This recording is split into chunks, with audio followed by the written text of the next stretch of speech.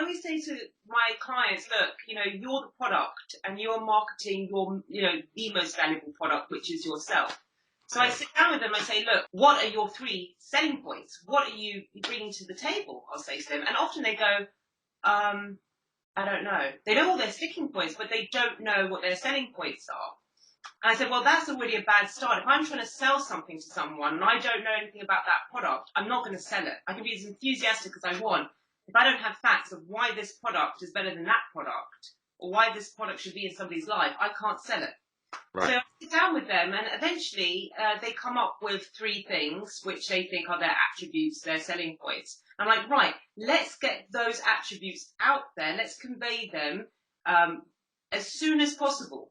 Because, guys, time is not on your side. When you're to a girl, even if you're a very, very hot guy, and even if you're exactly her physical type, you still have about 5 or 10 minutes. So a lot of guys what to do is they will they'll think, oh, I've got a lot of time. I'm going to show her this really, really attractive side to me, later on. Not quite now. I'm like, but she's already sort of mentally shut down by then.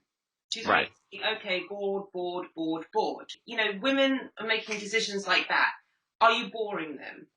What are you bringing to the table? Are you worth my time? It sounds harsh. It is harsh, but that's reality. So if you say, well, I don't care, I don't want that kind of girl, I want a nice girl, good luck.